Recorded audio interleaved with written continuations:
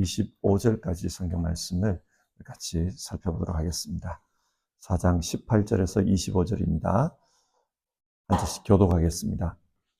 아브라함은 희망이 사라진 때에도 바라면서 믿었으므로 너희의 자손이 이와 같이 많아질 것이다 하신 말씀대로 많은 민족의 조상이 되었습니다. 그는 나이가 100세가 되어서 자기 몸이 이미 죽은 것이나 다름없고 또한 사라의 태도 죽은 것이나 다름없는 줄 알면서도 그는 믿음이 약해지지 않았습니다. 그는 하나님의 약속을 믿고 의심하지 않았습니다. 오히려 그는 믿음이 굳세어져서 하나님께 영광을 돌렸습니다. 그는 하나님께서 스스로 약속하신 바를 능히 이루실 것이라고 확신하였습니다. 그래서 하나님께서는 이것을 보시고 그를 의롭다고 여겨주셨습니다. 그가 의롭다는 인정을 받았다 하는 말은 아브라함만을 위하여 기록된 것이 아니라 하나님께서 의롭다고 여겨주실 우리 주 예수를 죽은 사람들 가운데서 살리신 분을 믿는 우리까지도 위한 것입니다. 예수는 우리의 범죄 때문에 죽임을 당하셨고 우리를 의롭게 하시려고 살아나셨습니다. 아멘. 우리는 구원을 얻기 위해서 신앙생활을 합니다. 그런데 이 구원은 우리가 노력한다고 해서 얻을 수 있는 것이 아닙니다. 여러분 그렇지 않습니까? 우리가 열심히 노력하면 구원을 얻을 수 있습니까? 이 문제를 생각함에 있어서 먼저는 성경이 말하는 구원이 무엇인지를 우리 한번 생각해 봐야 합니다. 성경이 말하는 구원은 영원한 생명을 얻는 것입니다. 그래서 죽음을 이기고 부활하신 예수님처럼 신령한 몸으로 영원히 하나님과 함께 사는 것, 그것이 구원입니다. 하나님과 함께 하늘나라에서 하나님의 백성으로 사는 것, 성경은 그것을 구원이라고 말씀합니다. 이런 구원을 인간의 노력으로 얻을 수 있을까? 여러분 어떻습니까? 이것은 불가능합니다. 왜 불가능합니까? 영원한 생명을 인간의 노력으로 얻을 수 있다고 생각하는 것은 마치 바벨탑을 쌓으면 하나님이 계시는 하늘에 닿을 수 있다고 생각하는 것과 같습니다. 바벨탑을 쌓은 사람들은 하나님이 물리적인 하늘에 계신다고 생각했습니다. 그래서 탑을 쌓아서 저 높이 올라가면은 하나님이 계시는 그 하늘나라에 갈 수 있다고 생각했습니다. 그러나 여러분, 하나님께서 진짜 저 위에 공중에 거기에 계십니까? 우리는 비행기를 타고 저 하늘 높이 올라간다고 해서 하늘나라에 갈 수 있는 것은 아닙니다. 그처럼 인간이 종교적으로 노력한다고 해서 구원을 얻을 수 있다? 아닙니다. 얻을 수 없습니다. 현대인들은 이 구원을 죽지 않는 것과 연관해서 생각하는 경향이 있습니다. 그래서 불로장생에 관심이 많습니다. 육신이 죽지 않으면은 구원을 얻는 줄 압니다. 그렇기 때문에 생명과학에서 이런 연구를 많이 하지요. 어떻게 하면 인간의 노화가 발생하지 않는가? 어떻게 하면 이 육신의 생명이 죽지 않을 수 있을까? 그러나 여러분, 인간의 이 육신의 생명이 죽지 않는다고 해서 그것이 구원일까요? 죽지 않는 생명으로 계속해서 나쁜 생각을 한다고 한번 가정해 봅시다. 계속해서 나쁜 생각을 하면 나쁜 짓을 합니다. 이기적으로 살아갑니다. 다른 사람을 괴롭힙니다. 힘센 자가 힘 약한 사람을 괴롭혀도 이 힘 약한 사람이 죽지 않는다고 한번 가정을 해보십시오. 짓밟히는 그런 삶을 영원히 살게 됩니다. 그렇다면 그게 지옥입니다. 구원은 육신이 영원히 사는 것, 그것과는 상관은 없습니다. 성경이 말하는 구원은 하나님이 주시는 생명, 영원한 생명을 얻는 겁니다. 그런데 이 영원한 생명을 어떻게 얻을 수 있습니까? 이 영원한 생명은 인간이 노력해서 얻을 수 있는 게 아닙니다. 하나님만이 줄 수 있습니다. 그리고 하나님은 독생자 예수님을 믿는 사람들에게 그 생명을 주신다고 약속하셨습니다. 그래서 우리는 예수님을 믿습니다. 오늘 성경은 이 믿음에 대해서 다시 한번 말하고 있습니다. 그래서 오늘 우리가 읽은 성경을 다시 생각하면서 나는 이런 믿음으로 살아야겠구나. 그것을 우리가 마음으로 한번 새겨볼 수 있기를 바랍니다. 오늘 본문에서 바울 사도는 믿음으로 구원 얻는 그 한 예로 아브라함을 이야기합니다. 아브라함은 하나님으로부터 의롭다 그렇게 인정받았다는 거예요. 여기서 의롭다 인정받는 것, 이것을 다르게 말하면 하나님의 의를 얻었다. 구원을 얻었다. 그 말입니다. 그런데 아브라함은 어떻게 하나님으로부터 의롭다고 인정을 받았습니까? 유대인들은 하나님 주신 율법을 지키고 선하게 살면 하나님으로부터 의롭다 인정받는다고 생각했습니다. 이걸 다르게 말하면은 율법을 지키고 선하게 살아야 한다. 즉 인간의 선행이 중요하다. 인간의 노력이 있어야 구원을 얻을 수 있다. 그렇게 생각을 한 겁니다. 근데 바울은 아니라고 했어요. 인간의 노력으로, 종교적인 노력으로 구원을 얻을 수 없다고 합니다. 왜 그렇게 말하는가? 아브라함을 보라는 거예요. 아브라함은 율법이 주어지기 이전의 사람입니다. 율법은 모세를 통해 주어졌어요. 그런데 아브라함은 그 이전 사람이에요. 그렇다면 아브라함 때는 율법이 없었습니다. 율법이 없었는데 어떻게 율법을 지켜서 하나님으로부터 의롭다 인정을 받느냐? 바울이 그걸 말해요. 논리적으로 올바른 비판입니다.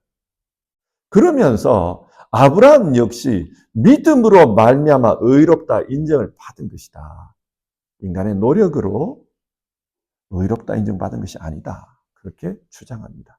자, 그렇다면 아브라함이 하나님으로부터 의롭다고 인정받은 그 믿음은 어떤 믿음입니까? 18절을 한번 보겠습니다. 아브라함은 희망이 사라진 때에도 바라면서 믿었으므로 너의 자손이 이와 같이 많아질 것이다 하신 말씀대로 많은 민족의 조상이 되었습니다.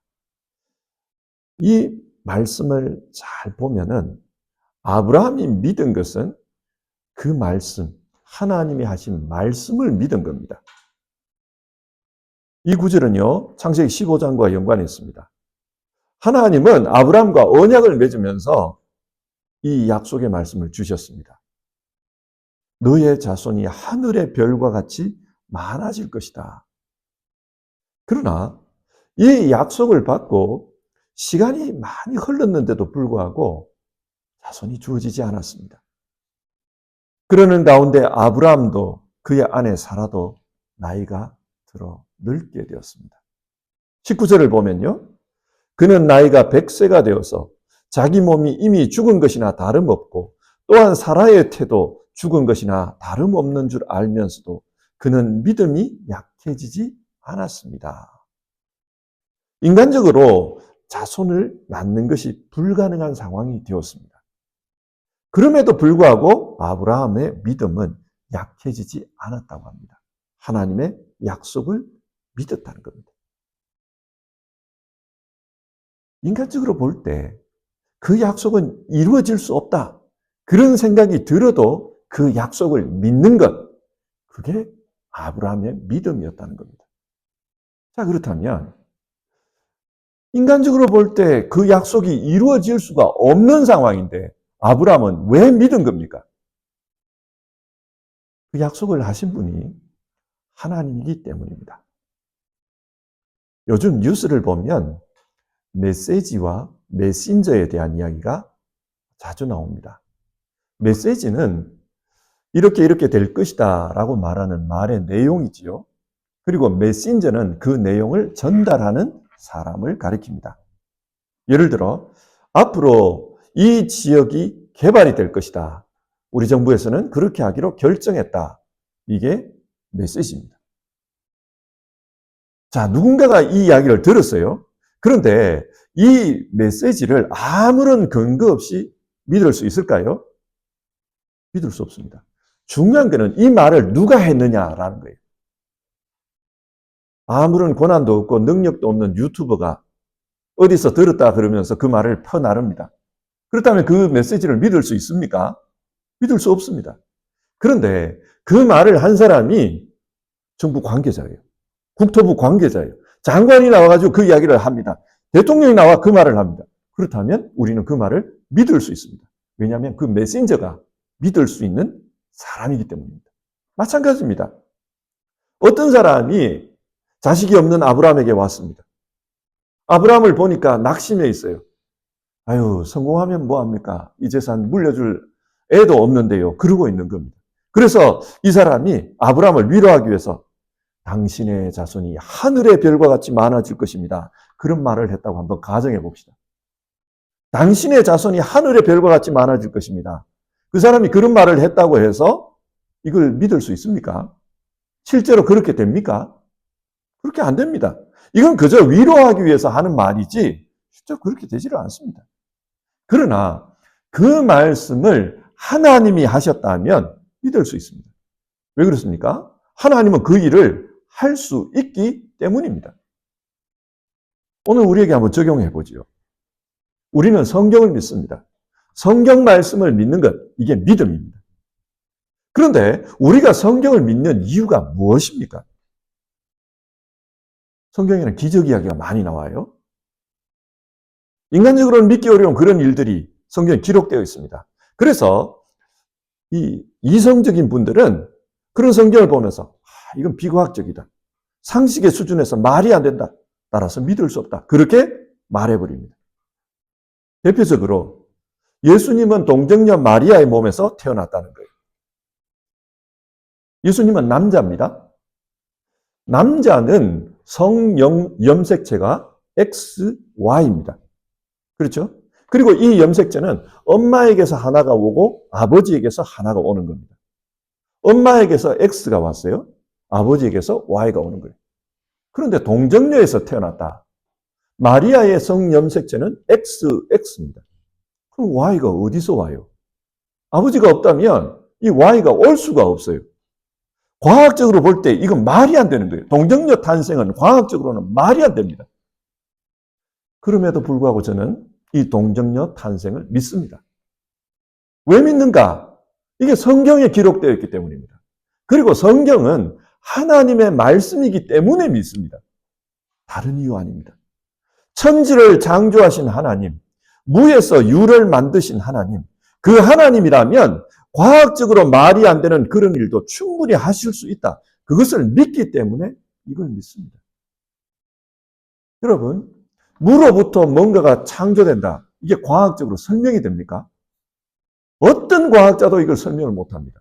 그러나 세상은 그렇게 생겨나 있습니다. 우리의 믿음은 이 하나님을 믿는 겁니다. 하나님을 믿기 때문에 하나님이 말씀하신 성경도 믿는 겁니다. 우리의 믿음은 이 하나님의 말씀을 믿는 겁니다. 자, 20절과 21절을 다시 보겠습니다. 그는 하나님의 약속을 믿고 의심하지 않았습니다. 오히려 믿음이 굳세어져서 하나님께 영광을 돌렸습니다. 그는 하나님께서 스스로 약속하신 바를 능히 이루실 것이라고 확신하였습니다. 나이가 100살이나 되었습니다. 따라서 인간적으로 볼 때는 도저히 이 약속이 이루어질 수 없습니다. 하지만 그 말씀을 하신 분이 하나님이기 때문에 아브라함은 믿었다라는 거예요. 확신했다는 겁니다. 이게 하나님께서 의롭다고 말씀하신 믿음입니다. 22절을 보십시오. 그래서 하나님께서는 이것을 보시고 그를 의롭다고 여겨 주셨습니다. 이게 하나님께 의롭다 인정받는, 즉 구원 얻는 믿음입니다. 신앙생활은 구체적으로 하나님의 약속을 믿는 겁니다. 오늘 우리의 입장에서 생각하면 성경을 믿는 겁니다. 근데 이 성경은 구약, 신약으로 되어 있어요. 구약, 옛날 약속, 신약, 새로운 약속. 이 약속이 어떤 겁니까? 요약해보면 이런 거예요. 메시아가 오실 것이다. 구약의 약속이에요. 신약의 약속. 메시아가 약속대로 오셨다. 그리고 다시 오실 것이다. 이게 신구약 성경 내용입니다. 구약은 진짜 그렇게 되었어요. 메시아가 오실 것이다. 정말 그렇게 오셨습니다. 그리고 다시 오실 것이다. 이 약속은 아직 이루어지지 않았습니다. 주님이 다시 오시면 그때 새 하늘과 새 땅이 이 땅에 임할 것이다. 그리고 그곳에서 영원한 하나님 나라가 펼쳐질 것이다. 그때에 메시아께서 세상을 심판할 것이고 그 심판에 따라서 어떤 사람은 하나님의 품에, 어떤 사람은 쫓겨나 울게 될 것이다. 성경 그걸 말해요. 여러분, 우리는 이 약속을 믿으면서 사는 겁니다. 하나님의 나라가 온다. 우리를 구원해 주신다. 그걸 믿는 겁니다. 과학자들은 혹은 세상의 지식인들은 이런 말씀을 들으면서 그건 신화에나 나오는 이야기지. 그렇게 말해버립니다. 그러나 우리는 이 약속을 하신 분이 하나님이기 때문에 믿습니다. 아브라함이 믿을 수 없는 상황에서도 하나님이 말씀하셨기 때문에 믿은 것처럼 우리도 사람들은 믿을 수 없는 이야기라고 말하지만 하나님이 말씀하신 것이기 때문에 믿어야 합니다. 이 성경을 믿고 믿음으로 사는 게 중요합니다. 23절과 24절을 보겠습니다. 그가 의롭다는 인정을 받았다 하는 말은 아브라함만을 위하여 기록된 것이 아니라 하나님께서 의롭다고 여겨주실 곧 우리 주 예수를 죽은 사람들 가운데서 살리신 분을 믿는 우리까지도 위한 것입니다. 아브라함이 믿을 수 없는 상황에서도 하나님이기 때문에 믿었던 것처럼 우리 역시도 하나님을 믿는 이 믿음으로 말미암아 구원을 얻는다는 겁니다. 자녀 출산에 있어서 아브라함과 사라는 마치 죽은 몸과 같았습니다. 그런데 하나님께서 죽은 몸과 같은 그런 아브라함과 사라의 몸을 통해서 이삭이 태어나게 했습니다. 마찬가지입니다. 영원한 생명은 어떻게 태어나는가? 죽은 자 예수 그리스도를 통해서 태어난다는 거예요. 여러분, 죽은 자에게서 어떻게 새로운 생명이 태어납니까? 불가능한 일입니다. 그러나 이것을 하나님이 그렇게 하신다, 그렇게 믿으면 그 죽은 자 예수 그리스도, 그분을 통해서 영원한 생명이 주어진다는 거예요. 예수님이 죽으셨습니다. 그래서 그 죽음과 함께 죄가 사해졌습니다. 근데 예수님이 살아나십니다. 하나님께서 살리셨습니다. 예수처럼 너희도 살게 될 것이다. 그 약속을 주시는 거죠. 그리고 그 예수님께서 우리에게 성령을 부어주십니다. 성령을 우리에게 부어주셔서 우리로 소망을 가지게 합니다. 죽을 너희의 몸도 하나님의 영이 살릴 것이다. 우리에게 소망을 주십니다. 그 믿음을 가지고 사는 사람, 그 사람에게 영생이 주어진다는 말씀입니다. 왜 그런가? 25절이에요. 예수는 우리의 범죄 때문에 죽임을 당하였고 우리를 의롭게 하시려고 살아나셨습니다. 예수님은 우리의 죄를 속죄하기 위해서 죽었습니다. 그러므로 말미암아 우리는 의롭게 되는 것입니다. 그리고 그 의롭게 되었다는 징표로서 우리는 부활하게 될 것이다. 성경은 그걸 말씀합니다. 자, 오늘 말씀을 한번 정리해 봅시다. 바울 사도는 믿음으로 말미암는 구원을 설명하면서 아브라함을 예로 들고 있습니다. 아브라함은 하나님의 약속을 믿는 그 믿음으로 말미암아 의롭다, 인정받았다는 겁니다. 아브라함과 같은 믿음을 가진 사람들이 의롭다, 인정을 받는다는 것입니다. 아브라함과 같은 믿음이란 도무지 인간적으로 볼 때는 믿을 수 없는 상황이지만 그럼에도 불구하고 그 약속을 하신 분이 하나님이기 때문에 믿었던 믿음입니다. 인간적으로는 불가능하지만 하나님이기 때문에 가능하다. 그것을 믿는 믿음. 그 믿음을 하나님은 의롭다 인정해 주셨습니다. 우리 역시도 마찬가지라는 거예요. 예수님이 죽어 우리의 죄가 사해진다. 그런데 죽었던 그 예수가 다시 살아나서 부활 소망을 우리에게 주셨다. 인간적으로는 불가능한 이야기입니다. 죽은 사람이 어떻게 살아납니까? 불가능한 이야기. 그런데 그렇게 불가능해 보여도 하나님이기 때문에 가능하다. 그래서 예수의 속죄의 죽음, 그리고 우리를 의롭다 하시는 그 부활의 생명, 그것을 믿는 사람, 그 사람들은 의롭다 인정을 받는다는 것입니다. 이 믿음을 가진 사람들이 구원을 얻는다. 바울은 그렇게 주장합니다. 자, 이 말씀을 오늘 우리 상황에서 한번 생각해 봅시다. 우리 모두는 하나님을 믿고 있습니다. 하나님을 믿기 때문에 우리는 어려움을 당할 때 하나님께 기도합니다. 나의 주인이신 하나님, 내 삶을 아시는 하나님, 내가 이런 어려움을 당했습니다. 하나님께서 나를 건져주십시오. 이 어려움에서 건져주십시오. 하나님만이 내 인생을 구원해 주실 수 있습니다. 믿음을 가지고 기도합니다. 여러분 모두 그렇지요. 믿음 가지고 하나님께 기도하고 계시지요. 그런데 우리가 경험하는 것은 그렇게 믿음으로 기도해도 실제로 그 기도가 안 이루어지는 경우가 있더라는 겁니다. 믿음으로 기도했는데 왜 안 이루어질까?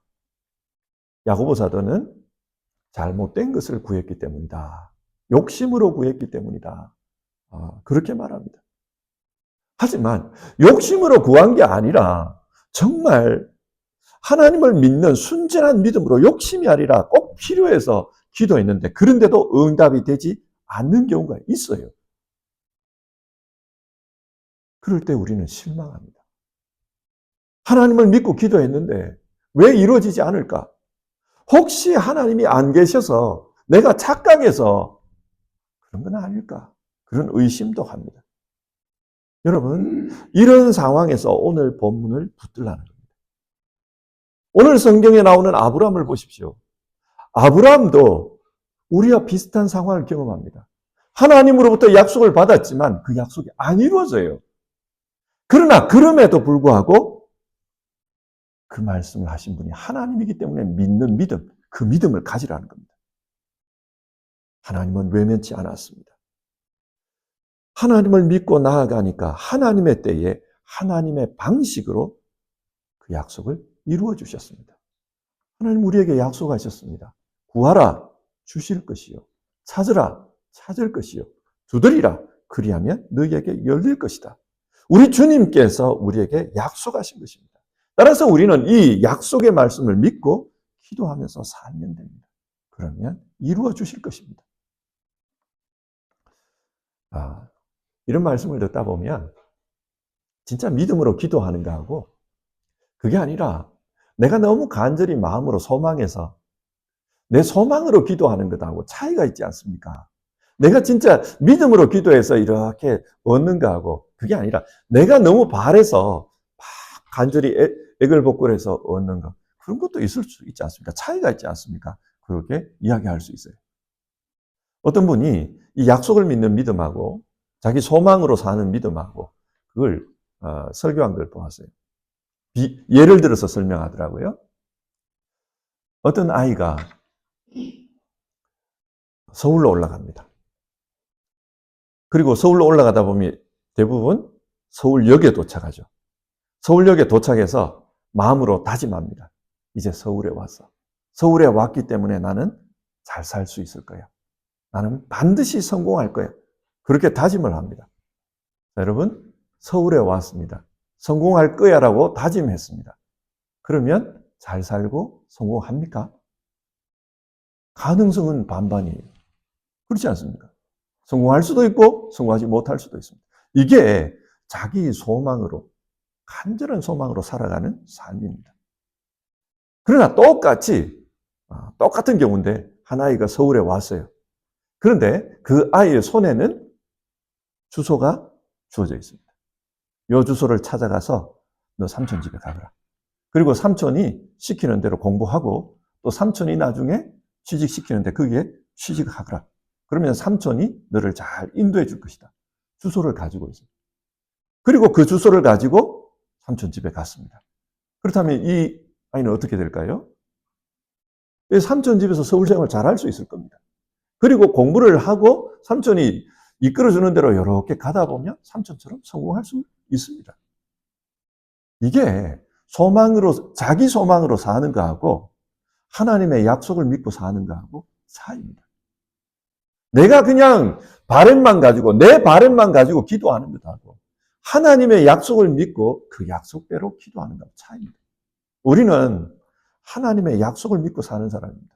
기도할 때 구하라 주실 것이요 찾으라 찾게 될 것이다. 문을 두드리라 그러면 열릴 것이다. 이 약속을 가지고 믿음으로 살아야 됩니다. 구원은 우리의 힘으로 얻을 수 있는 것이 아닙니다. 구원은 하나님께서 주시는 겁니다. 따라서 우리는 그 하나님을 믿고 그 하나님을 믿는 믿음으로 살아갈 때 우리에게 선물로 주어지는 겁니다. 오늘 주어진 우리 성경 말씀을 생각하면서 나는 이런 믿음으로 살겠습니다. 나는 이 믿음이 있기 때문에 오늘도 흔들리지 않겠습니다. 우리 하나님 앞에 같이 기도해 봅시다. 찬송하고 기도하겠습니다. 찬송가 350